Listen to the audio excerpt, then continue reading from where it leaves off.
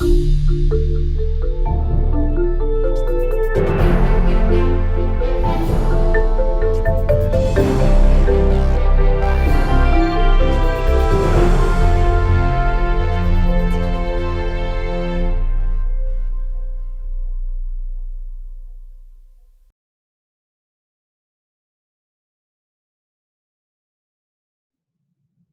and welcome to Hopkins at Home, COVID, Diplomacy, and Populism, a special edition of Altamar, our bi-weekly podcast where we navigate world politics from a global perspective. Today, in partnership with Johns Hopkins University, we're recording our first live episode featuring Dr. Bill Moss, Executive Director of the International Vaccine Access Center and a professor of epidemiology and immunology who has worked all over the world on disease control. We'll talk about the international efforts of vaccine distribution, the institutions behind them, the great gaps and inequalities, and the tricky politics behind this global effort to curb the pandemic. For the first half hour, we'll discuss the big global topics surrounding COVID, ask Bill a few questions, and then turn it to the audience for questions. So please send your questions on the chat, and if you like, please share your name. Hello, everybody. You met my podcast partner, Mooney Jensen. I'm Peter Schechter. And for those of you who are not familiar with Altamar, we're an independent podcast that's been around for about 4 years. We discuss current world events and the geopolitical forces that shape them. So you can imagine what those are. It's populism and protests and elections and immigration. And we strive always to try to use a sort of wide angle lens and not do the belly button picking that Washington is so famous for. We're a truly global podcast. We have fantastic guests from all over the planet. We've interviewed close to 100 experts from across 7 continents, 50 countries, and our listeners are also international from over 100 countries. Our guests span thought leaders like Ian Bremmer or Vali Nasser from Johns Hopkins SAIS, to climate change experts like Axios's Amy Harder and Francisco Monaldi, former regulators and superstar diplomats like Madeleine Albright.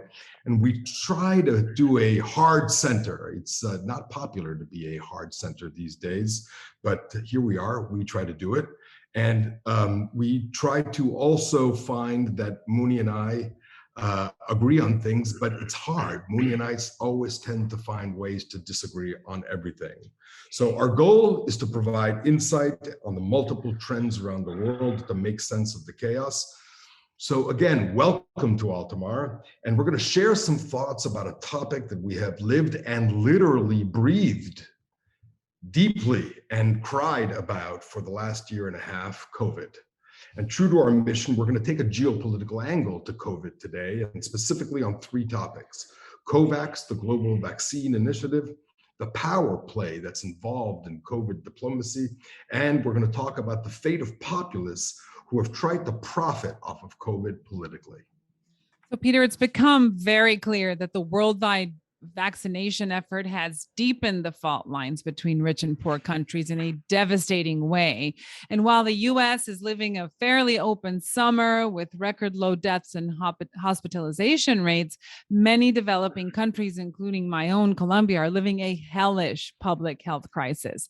Fortunately, while nobody could anticipate the scope or nature of the coronavirus, a global collaboration began really early on when we really didn't understand what was going on, with the goal of uniting leaders around a solution to quickly manufacture, distribute vaccines to impoverished regions. The initiative was parented by the World Health Organization and coordinated by Gavi, the Vaccine Alliance, and CEPI, the Coalition for Epidemic Preparedness, as well as UNICEF. So this kicked into gear. It aims to provide participating countries, regardless of income, equal access to vaccines, and we're starting to see it actually create some solutions and benefits. COVAX has taken a while, though, to kick in and is now saving lives by funding and securing vaccine doses to the poorest corners of the world. It channels donations from subsidizing countries, and more than 81 million doses to this date have been distributed almost exclusively to 120 developing countries. So that's a big part of the good news that we have. And COVAX works with both governments and manufacturers, making efforts to overcome obstacles from vaccine hesitancy, trade restrictions, lockdowns, of course, also political conflict. And the politics behind this effort focuses on a very simple question: how many vaccines are rich countries sharing and to whom? In current terms, vaccine diplomacy, a very popular term right now. And while COVAX underplays donor identity, a lot of politics takes place inside. So I hate to make this sound like a horse race, but it is, in a way, the world sees it. And China quickly took the lead by exporting its own Sinovac and Sinopharm vaccines, and Russia with the Cold War named Sputnik vaccine. Both began early on to distribute their vaccines to Latin America and Africa. And the Biden administration, on the other hand, is only now sending its vaccines to the developing world. US vaccines may indeed work better, and research tends to say that they do, than the Chinese or Russian vaccine against the virus and all its variants. But the global impression, and this is what's so important, the global impression seems pretty fixed, that the US came late to the aid of impoverished countries and disease-stricken countries, and that impression seems more and more fixed every day. It will take some time, Peter, to evaluate how vaccine diplomacy will strengthen the footprint and the influence of the three global powerhouses. It seems like every episode we talk about these three global powerhouses and how they influence everything. But for example, in Latin America in particular, where most recent US donations have landed, they may offset the early leverage gained by China and Russia, who were there first with vaccines that were often used as currency for securing political agreements. So the virus, in short, has created yet a new arena in the struggle for world influence. But the virus still remains out of control, putting a lot of pressure on the US to step up, but also on the rest of the developed world, including the G7, to provide a common response. But what's interesting, Mooney, is that the superpower influence is not the only geopolitical impact of COVID. Over the past years, Altamar, you and I have recorded so many episodes about the concerning rise of populism around the world. Well, here's a question that I'm going to ask Bill, and I'm sure that's going to be of interest to all of our audience at Hopkins and Home, is that how is it possible that in the last year, populists have behaved so badly with this disease that is it possible that we're looking at a moment that we're facing a populist downfall? Has the pendulum turned, and has the disease actually helped the pendulum turn? Because if you look at leaders like Donald Trump and his hydrochloroquine, or Jair Bolsonaro with his little flu, or the Philippines Duterte and his wild card containment, they're responsible for widespread outbreaks. You add Modi and Erdogan as leaders severely damaged by mismanaging the pandemic, and you have an interesting thing that medical populism, which has been based on pitching the public against the establishment and characterized by denying science, poor testing and tracking of arbitrary lockdowns and inefficient responses, all of this now, sort of that medical populism is now sort of in question. And, if you look at the playbook of a lot of these leaders, you get to see that sort of how their political problems are rising. Even though in countries where there were democratic leaders, like France and Italy, you had initially a lot of problems, but with time, the tables turned. And for the most part, in poorly governed countries, the results were high death and disease rates, failing health systems, increasing public outrage. And it's too early to mention the long-term impact on populism. But the early signs point to the pandemic accelerating populism fatigue. And it's becoming very, very clear that good governance actually does something very interesting. It saves lives. Is that a ray of sunshine in the perspective of dark clouds and so much hurt? Maybe. We'll see soon, and as history unfolds. But one thing's for sure, the price has been too high to pay. Without a doubt, Peter, and it's really would be a silver lining if populism was also a victim of the COVID epidemic. But to help us break all this down, it is time to introduce our guest, Dr. William Moss. Bill is the executive director of the International Vaccine Access Center at Johns Hopkins University, as I mentioned, as well as a professor in the departments of epidemiology, international health, and molecular biology and immunology. And he is the deputy director at the Johns Hopkins Malaria Research Institute, also a pediatrician with a subspecialty and training in infectious diseases, who's worked in Ethiopia, Kenya, South Africa, Zambia, Zimbabwe, and India, among other countries. So we are in the presence of a real expert on the subject. He's been an authoritative voice on the COVID-19 virus and its international implications. So welcome to Altamar, Bill. Mooney and Peter, thank you very much for having me. Let's get right into the questions. Last year, many people were hopeful when the HMO announced the COVAX initiative. Nobody at the time expected the pandemic to be so widespread and deadly. How do you rate the initiative's successes and shortcomings, and what needs to change in the short term? Yes, overall, this was, a really important initiative, but I think that it has not lived up to its goals. So if we think about this, the COVAX, as you said, Mooney, was established very early in April 2020, before we had any notion of when vaccines would become available and how safe and effective they would be. So it was an attempt to really achieve fair and equitable distribution of vaccines, but recognizing that there would be national interests that would guide the distribution of vaccines early on. Let's just pause for a moment and kind of think about where we are right now and what is needed. So it's quite remarkable that we have globally about 18 vaccines that have been either approved or authorized for use. Here in the United States, we have 3 highly safe and effective vaccines. And this is really a remarkable achievement. I don't think anyone really expected that we would have this soon highly safe and effective vaccines. But there is, gross inequity in the distribution of these vaccines. Just to do a back of the envelope calculation, let's say there are 8 billion people in the world, everyone needs 2 doses, and we want to achieve about 70% coverage. That would be a good coverage to achieve globally. That means we need slightly more than 11 billion doses. To date, COVAX has shipped just over 100 million doses. There have been 3.6 billion doses delivered globally, but these have largely gone to high-income countries. So COVAX still has enormous challenges to overcome in trying to meet their goal. Their original goal was to have 2 billion doses delivered by the end of 2021.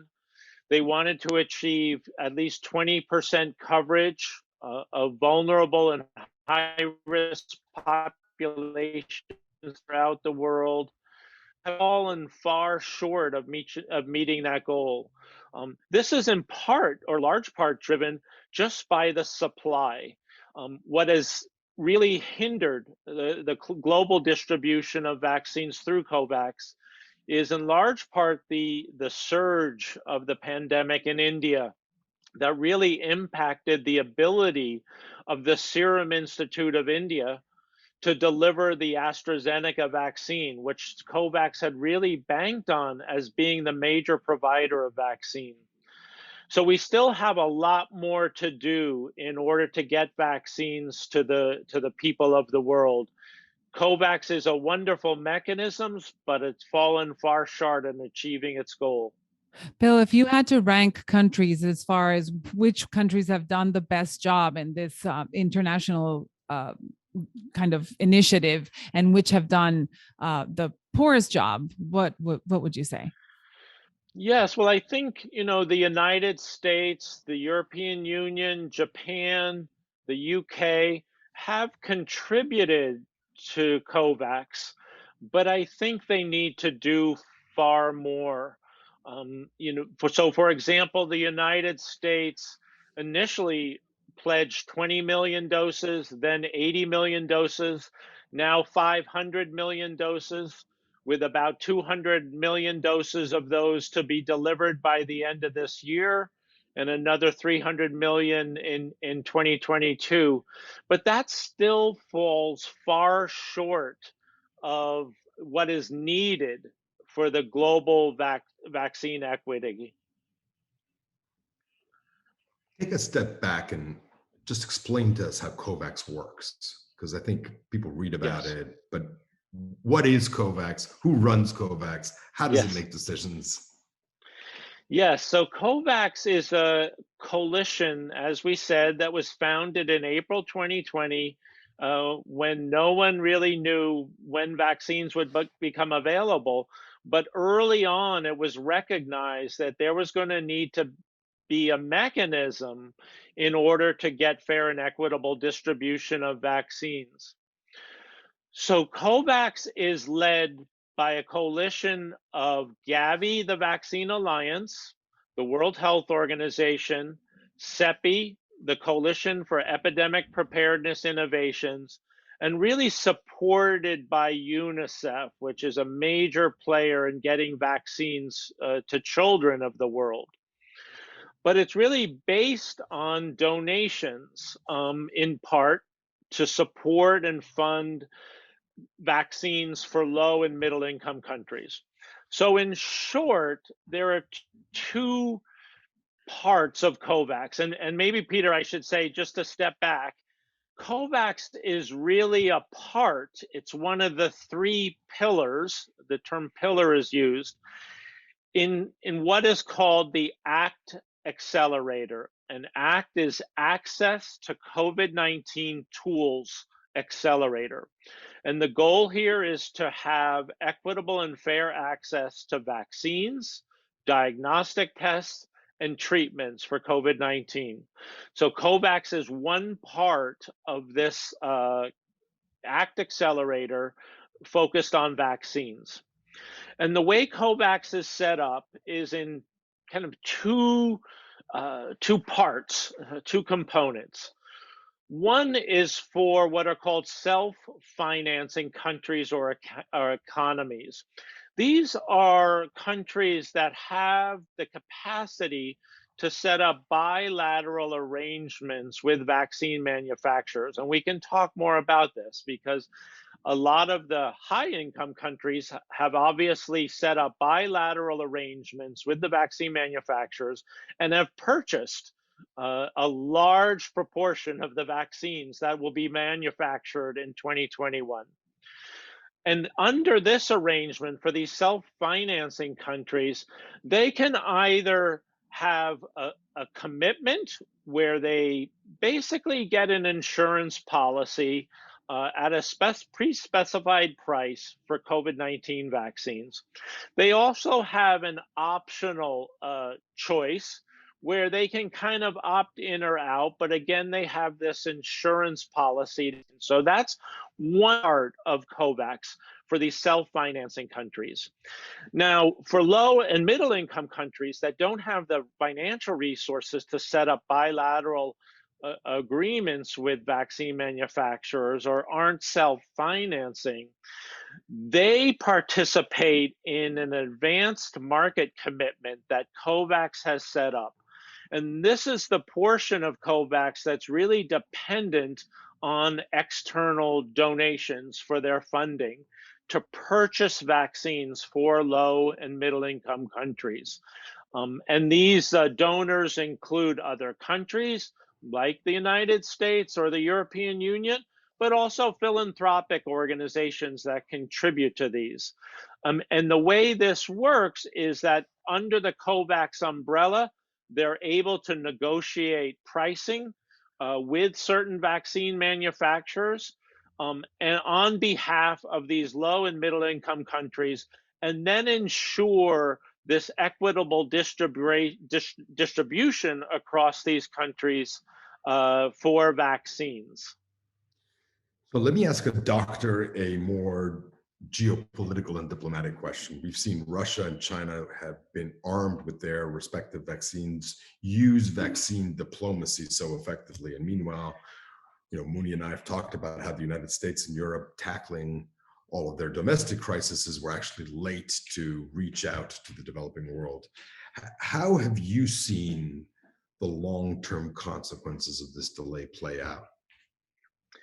Well, certainly there are consequences on the public health side with the delayed kind of assistance that some of the high-income countries have provided.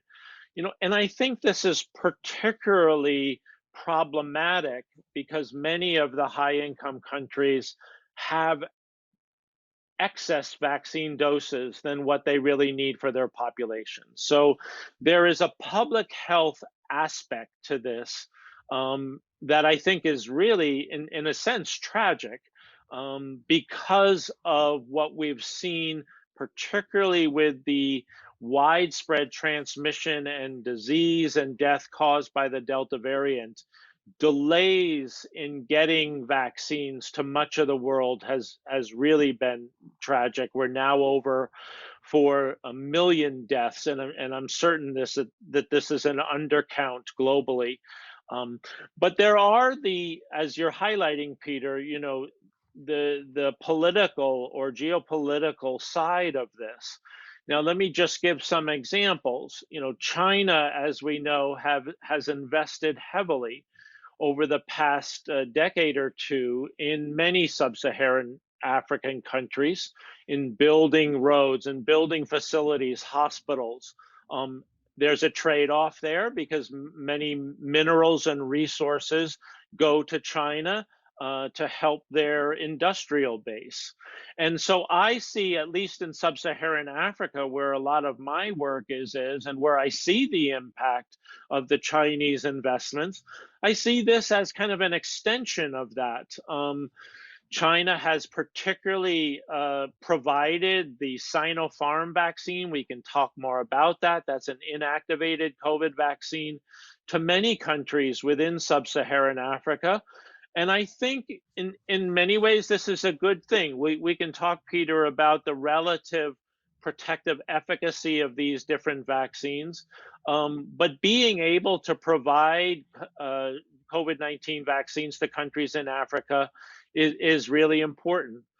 The Russians, as you pointed out, have their Sputnik V vaccine that they have also made available to many countries around the world, particularly in the Eastern European region and South America. And the United States is late to the table in being able to provide vaccines to many of these countries. What could be the long-term consequences of delaying this much, and how much has this self-interested vaccine diplomacy actually helped to curb the pandemic? Yes, I mean, I think this is self-interested, in terms of getting vaccines to the world. There's obviously a humanitarian component to that, but there's also self-interest. There's public health self-interest. As long as the virus, is circulating in parts of the world, particularly with unchecked transmission, we get variants. But there are also potentially the political implications in terms of influence on various countries. And I'm sure the countries in many countries in sub-Saharan Africa, for example, are very grateful to have access to vaccines, particularly from China, but there's been some distribution of the Sputnik V vaccine as well. And let's talk a little bit about at home. the US case is clear. Once the Biden administration seems to have set up the public health strategy, vaccines began to be distributed and the virus has begun to be controlled in the United States. How do we depoliticize this? I know this is something the president is talking about every day, but how, I guess two questions, and I'll ask both for short answers to both, which, how did they become political? And then the second one is, how do we depoliticize? Yes, I mean, these are really important but challenging questions, Peter. And unfortunately, COVID-19 became politicized very early on. I think part of this had to do with the way uh, former President Trump and the Trump administration dealt with many issues in terms of turning them into kind of political footballs. It also occurred in the context of a highly polarized political climate in the United States. And we saw it right from the get-go in terms of acknowledging the extent and potential severity of COVID-19 and the pandemic in the United States, in terms of politicizing many of the public health measures, the basic public health measures, the mask wearing, the distancing, all of that became politicized right away. And the vaccines story just kind of played into that. There's also a long history in the United States of vaccines being a politicized issue. This tension between public health and vaccine mandates or requirements, for example, and individual liberties is a tension that's always existed. I think the Biden administration has done a lot to try to depoliticize the issue, but I think these issues are so entrenched already in the United States that it's really hard to dig ourselves out of that hole. Well, and let's talk about depoliticizing also in terms of overseas. Mooney and I, as you heard, we're talking about the correlation between the pandemic and politics in other countries. And it almost seems that where leaders have approached these measures with disdain, COVID is now really completely rampant. If you think about Bolsonaro in Brazil or Modi in India, and some of the most responsible ones have been able to generate a positive outcome. Do you agree with that theory of how populism, the pandemic has come back to bite populist response?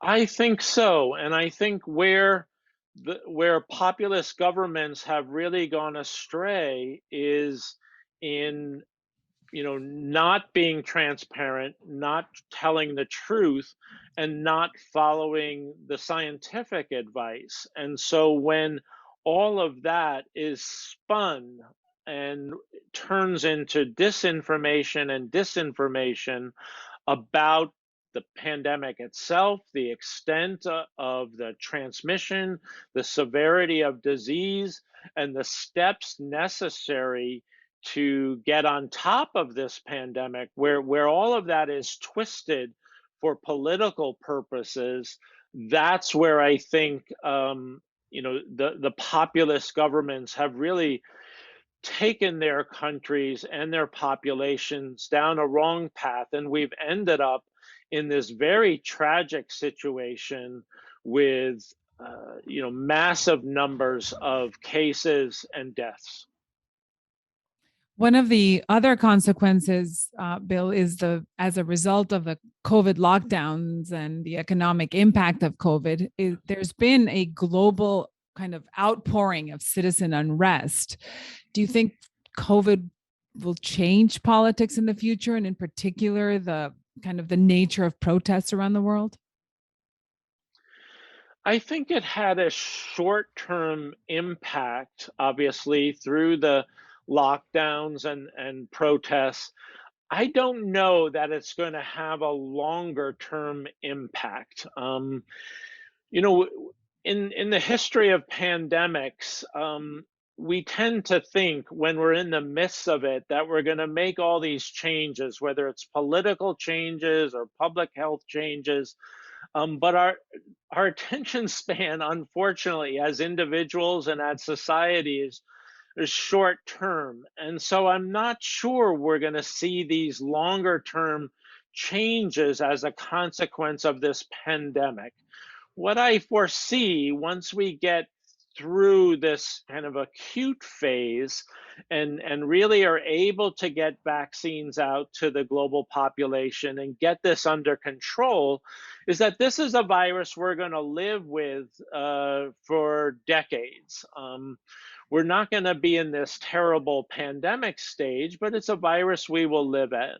And I think we will have a tendency to kind of go back to our routine ways of functioning, whether it's as individuals, as communities, societies, as political bodies.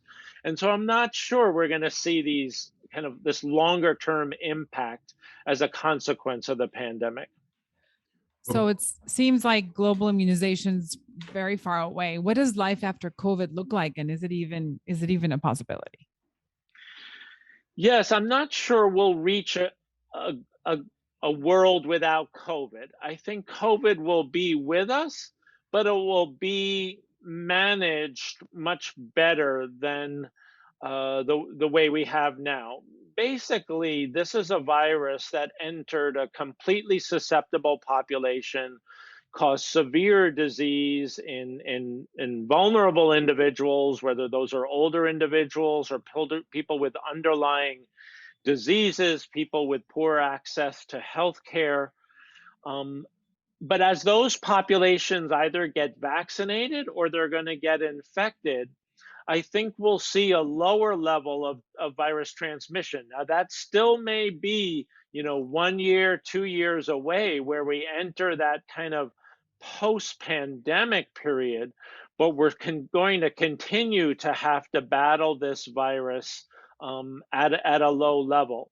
But I think slowly we'll kind of get back to where we were, and maybe this will become, another somewhat routine kind of respiratory virus that tends to be more severe in older individuals and adults, and hopefully we'll have those populations protected through vaccination or natural infection.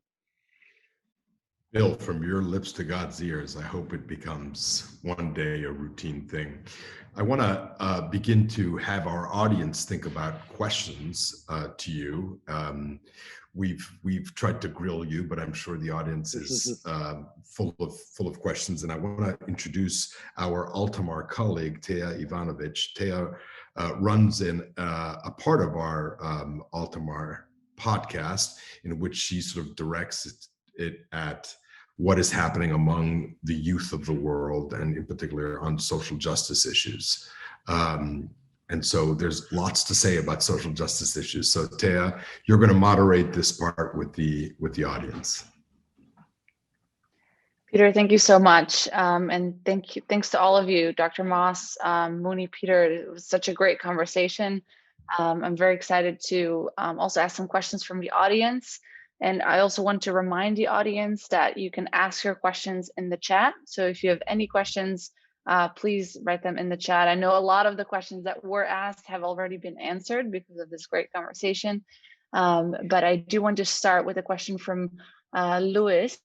He asked, as much of the world moves through this post-COVID world, is there a danger of countries without a strong vaccine presence to be forgotten? Dr. Moss. Yes, well, that's a really important question, and my hope is that trees will not be forgotten, and I don't think that will be the case. I think we have global institutions such as the World Health Organization, Gavi, UNICEF, that at the global level are really looking out to make sure that no country is really forgotten in the battle against this pandemic. And one of their main messages is that, a message to the wealthy countries, to the high income countries, is that even for their self-interest, they cannot let countries be forgotten. Because again, looking at this with a public health lens, if the virus is allowed to circulate unchecked in a country, that's going to give the virus more opportunities to mutate and more opportunities for these variants to emerge that could escape some of our vaccine immunity. And that's the last thing we want. So this is a global fight. I know many people say this, but it's a true that nobody's safe until everybody's safe with this pandemic. So I don't think countries will be left behind in this fight. It will take a long time to get to some of these countries with the vaccine doses that are needed, but I don't think they'll be forgotten. Thank you. And another question from the audience is that, we talked a lot in this conversation about the politicization of vaccines, right? And so the question is, are there groups working internationally to depoliticize this vaccine war, really, and distribution? Yes, again, I think these major global institutions, working under the umbrella of COVAX, again, WHO, Gavi, CEPI, are really trying to depoliticize vaccine distribution. Now, obviously, they have limited leverage. I think where we've seen some of the problem is that some of the wealthy countries have been able to use their financial resources to establish bilateral agreements with vaccine manufacturers and really purchase a large amount of the available vaccines. My hope is that there are still a number of highly safe and effective vaccines that will be brought to market.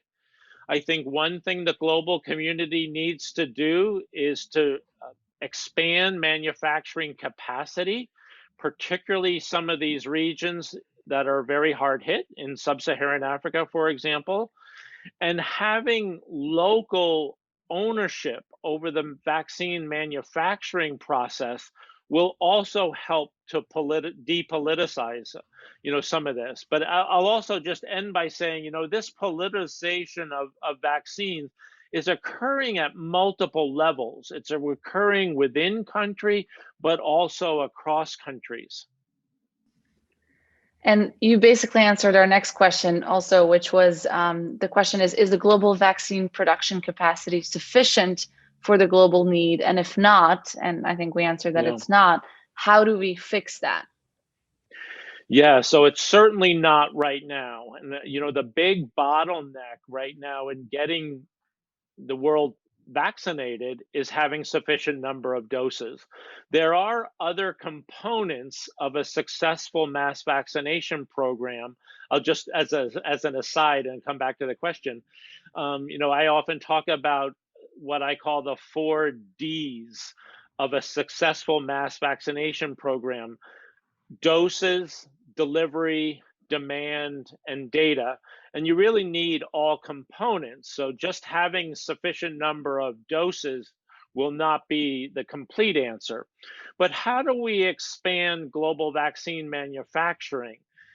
So there are a number of ways to do this. Obviously, through the current vaccine manufacturers and helping them and supporting them to build their capacity, but also expanding that. And now that gets into complex issues around intellectual property rights, technology transfer. But I think this pandemic demonstrated that we need to expand global vaccine manufacturing, and particularly in regions where it's quite limited right now. And again, I think first of the African continent, and being able to build that vaccine manufacturing capacity there. But it involves intellectual property rights, technology transfer, as well as the resources to build the manufacturing plants. Right, and I want to turn to sort of anti-vaxxers, and there was a great question by Edward here. And how should countries deal with neighboring governments with a strong anti-vax sentiment? And then just to add to that also, because I think in the United States is also parts of the country are much more anti-vax than others. Yeah. Anti-vaccine sentiment is a very complex issue, and I think the first thing is to understand that it exists on a spectrum. There are people who really deny, the safety of vaccines and their efficacy, and are against vaccines, and for whom it's going to be very difficult to change their mind. But there are a lot of people in the middle. The first thing in addressing vaccine hesitancy, and I would say at a country level, is to understand these processes within their own borders, is to listen and to understand what the underlying reasons are.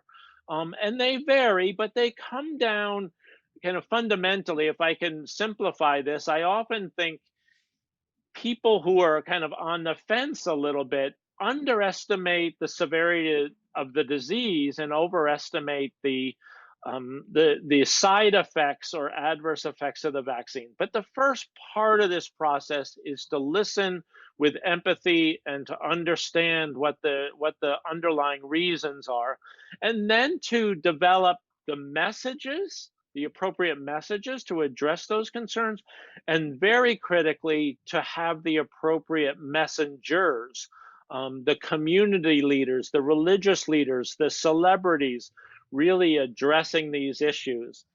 Now, I think it's quite limited what a country can do, or groups within a country, to address vaccine sentiment outside of their borders.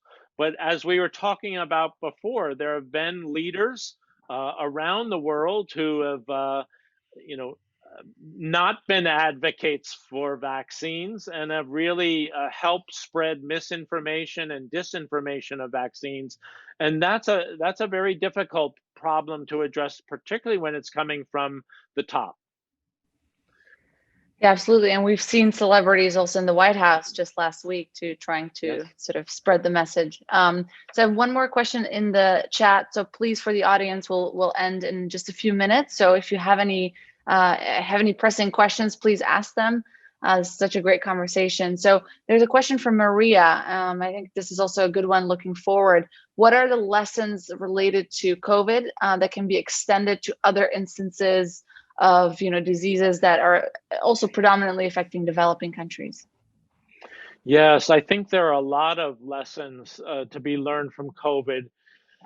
I hope that these result in sustainable change. Again, we have a history we have a terrible pandemic and we think we're going to change the world, and we don't. But I think a number of lessons. There are lessons around how we as a global community deal with pandemics.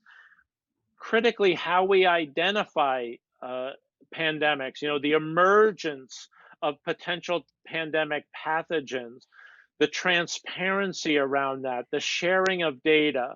I think that was one of the problems we faced, is that there was limited transparency and data sharing, coming out of China early on, and some of that has continued. There's how we work together as a global community to respond to a pandemic, and this was distorted by the populism that Mooney and Peter were talking about earlier, and the denial of the pandemic, or the spinning of the information. I think having what we were talking about with vaccines, having a mechanism, I'm hoping, for example, can continue as a sustainable organization, but also building that vaccine manufacturing globally, so that we're not dependent on vaccine manufacturers in a few high-income countries. And while I just wait on a couple more audience questions, I want to ask you one of my own questions.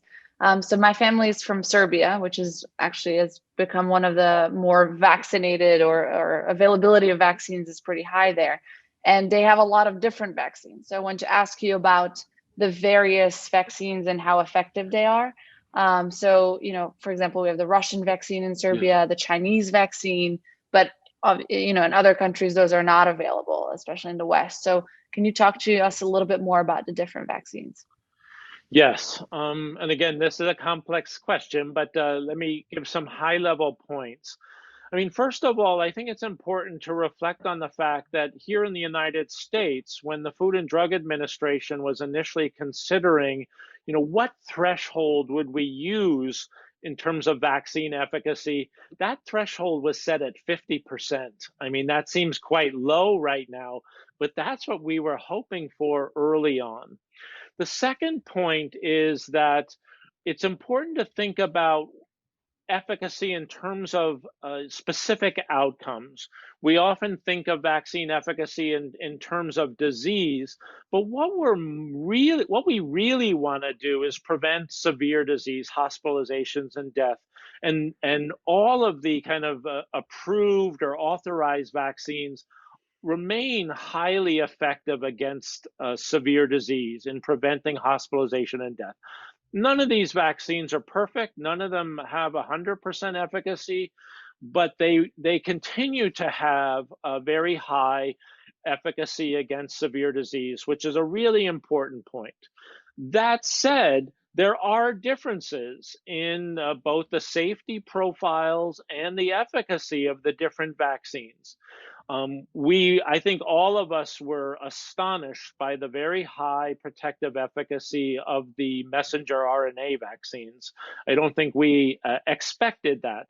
But that is really important, over 90%, 94, 95% in the phase 3 trials, quite remarkable.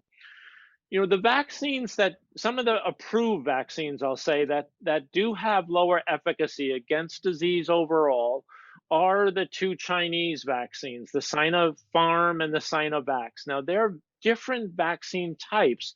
They're what we call inactivated virus vaccines, where you just take the virus and inactivate it with a chemical. This is a very it's a way of making vaccine that has a very long history. We know how to do this, but they tend not to be as, if I could use the word, potent. They don't induce as strong an immune response as what we've seen with the mRNA vaccines or the adenovirus vaccines. So the bottom line is that there is a spectrum of efficacy, protective efficacy against disease, with these different vaccines. With the mRNA vaccines being at that high end, the inactivated vaccines, the Chinese vaccines, Sinopharm, Sinovac at that lower end, but they still remain very highly effective against severe disease.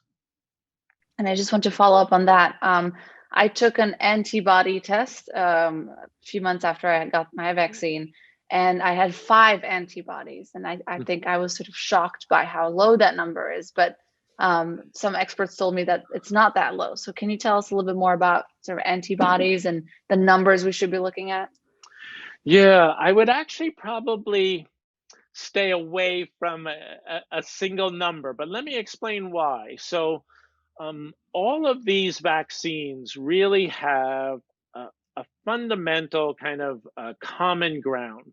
They're all trying to train our immune system to recognize particularly the spike protein of SARS coronavirus 2.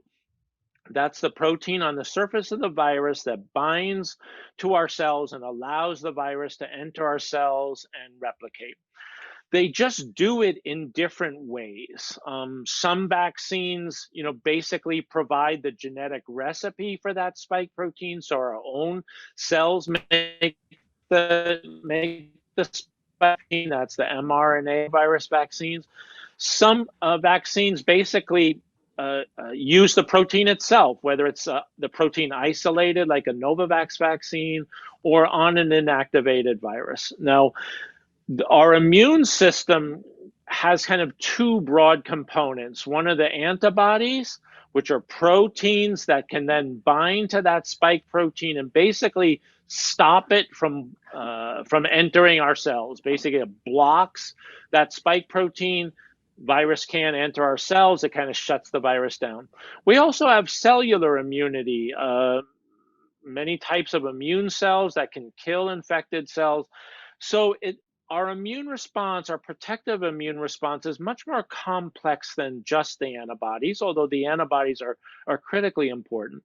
And what matters about the antibodies is not just how many antibodies you have, but how tightly they bind to that spike protein. So the fancy word we use are neutralizing antibodies. Those are the particular types of antibodies that are probably most protective. They basically neutralize the virus.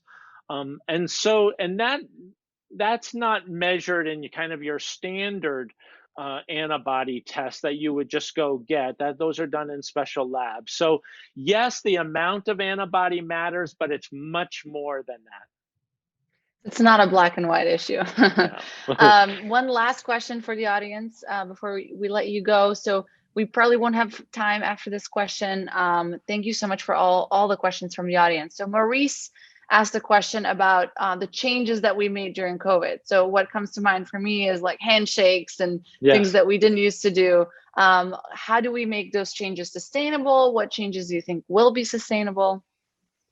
Yes, this too is a very important question. And I do hope that some of the changes in our public health practice are sustainable. One of the remarkable things that's happened here in the United States, but also in other parts of the world as a consequence of our public health behaviors, is that we had, for example, very few influenza cases in the United States, very few cases of other respiratory diseases. And that's because we were masking and, not shaking hands, some social distancing. All of these practices actually helped in a much more broad way, public health measures. In some societies, for example, wearing a mask is a norm. I'm not sure that's going to happen in the United States, but some of these public health practices benefit us as individuals and as a society in ways beyond COVID-19. And so I hope that some of these general public health measures are sustained, particularly, let's say, if we're in a particularly bad influenza season, which we may have this coming fall and winter. We can fall back on some of these practices and hopefully they can become more of a norm in our behaviors. Dr. Moss, thank you so much for being with us. Thank you for having me. I want to thank the audience as well for all your great questions. And of course, my co-hosts, Mooney and Peter, for the great conversation. We will be doing this partnership with Hopkins at Home for some of our Altamar productions. In the meantime, you can listen to Altamar wherever you get your podcasts. And also don't forget to rate and review us on Apple Podcasts. Thank you so much.